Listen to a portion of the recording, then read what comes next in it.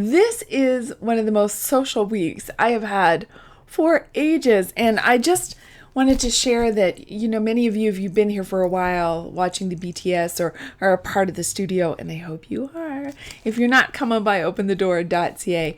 Know that I make vision cards every year, and I keep them on my desk like this. This is one of those holders for plates, for decorative plates, but this is what I use it for. And when something is going on, there's a particular energy going on, like I want to make sure that I'm being creative today, or I want to make sure I focus on abundance today, or I have a very social time, I grab my card that has to do with that. So this is my sort of friendship, love, connection board. And look at this. I love it. Okay. So I'm just noticing, see these 3 hearts? Well, my 2 sisters and I are going to be together today. Yay! So I wonder if my heart saw that coming when I made this in December. And also, too, this morning, instead of co-working with my dear friend Tanya Geisler, it is her birthday today. So if you know Tanya, go on over to tanyageisler.com and leave her a birthday message. What I'll do is I'll put that at the front and have that on my desk to inspire me and to remind me that this is the energy that I want to be in today. And tomorrow I'm actually going to take the whole day off and just hang out with my sisters, and we'll probably put our feet up and drink lots of tea and talk and talk and talk. I think it's so funny because Shannon says she's going to make sure that she buys lemon tea because we will need some support for our throats because we'll be talking so much. I was also thinking about one of the things we do in Journal Club is we document our day.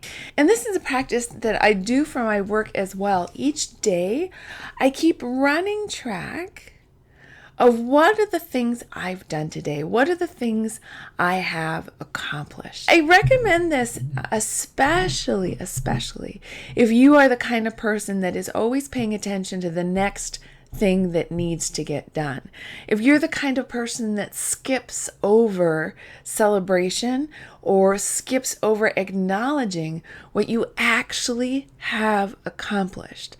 So if you're always focusing on what's yet to do, what's still missing, what hasn't worked, what needs to be fixed, you can really benefit from some grounding energy, especially if you find that keeps you stressed, keeps you a bit anxious, a bit on the edge of your seat. Like there's a way that it can keep you engaged in forward momentum, like, oh, tomorrow I'm going to do that. Oh, on Friday I'm going to do that. And that can feel good and exciting and positive. And then there's a way it is your inner critic niggling at you, not allowing you to enjoy the fruits and moments that you have gained with your labor, and instead pushing you like towards what's next. So a great way to stop and notice and reflect and acknowledge is to just write it down. What did you do today?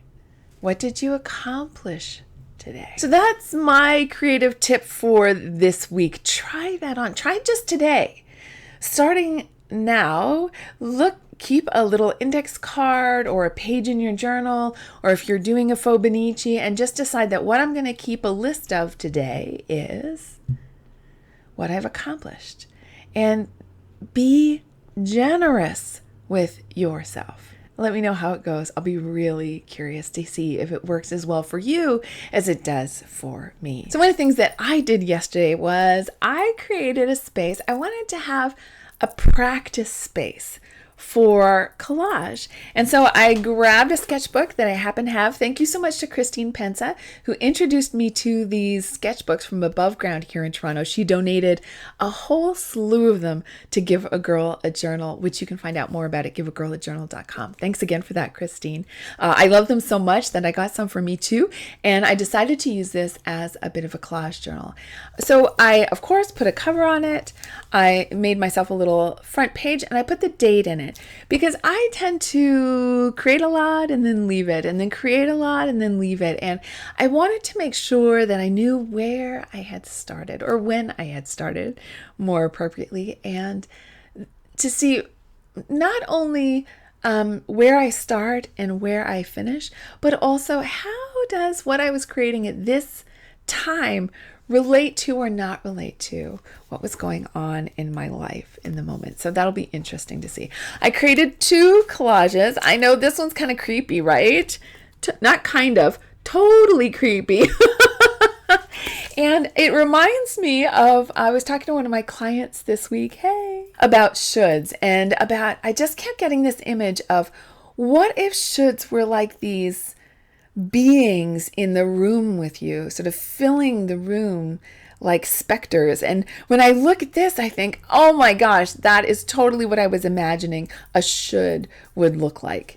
And one of the things I love about giving yourself some space for creative free play is that you can discover things that you just love. And it doesn't have to be the whole thing as a piece, because you're not really trying to create pieces, you're trying to create practice.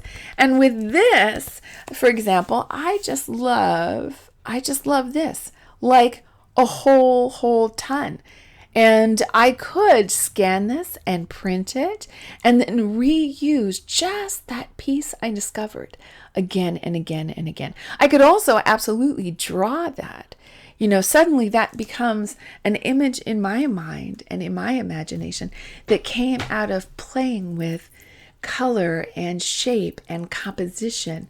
And now there is something fresh in my imagination to draw from. I think it's really important for us all to have a creative space. This is what I think of as a studio, to have a creative space in which you can experiment and risk and discover and not think at all about what other people's reactions are going to be. Not worry that people are going to go, oh my gosh, creepy, or oh, that's so cute. You like things that are so cute, or whatever it is.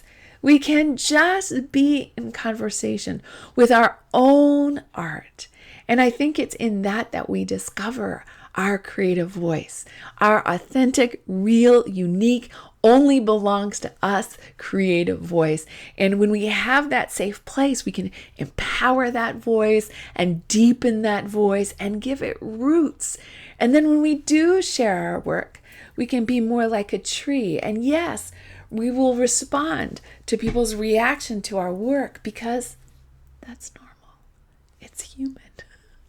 But we won't be uprooted by it. We won't be devastated by it because we have really built some strength in understanding and empowering our own creative voice.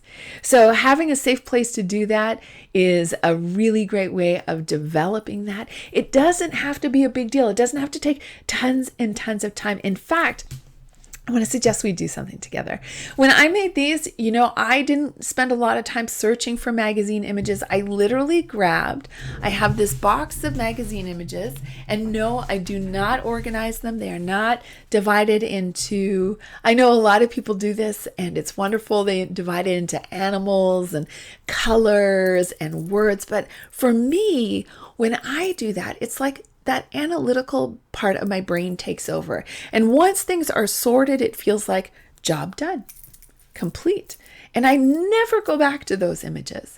My creative mind wants to be in process with this mishmash of images and look for how things relate to one another and be surprised by where I find connections. And it keeps me in my spontaneous place instead of my analytical place.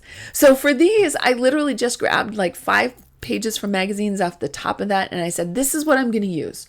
I am going to create from this. So I want to invite you to do that with me over the next couple of days. So I'm just going to grab a magazine page. Ooh, good one. And I'm going to give myself permission to use this side and this side. Anything on here, I have permission to use. But just this piece.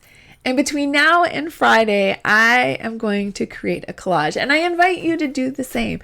To pick just one magazine page and see what you can come up with. just from that. Give yourself some chance to play. Absolutely keep it a part of your creative private practice. But if you want to share it, please do, and just use the hashtag BTS. I hope you have a wonderful day in your studio. I hope this gives you some things to not only think about, but also to try out. And I will see you, along with my collage, on Friday.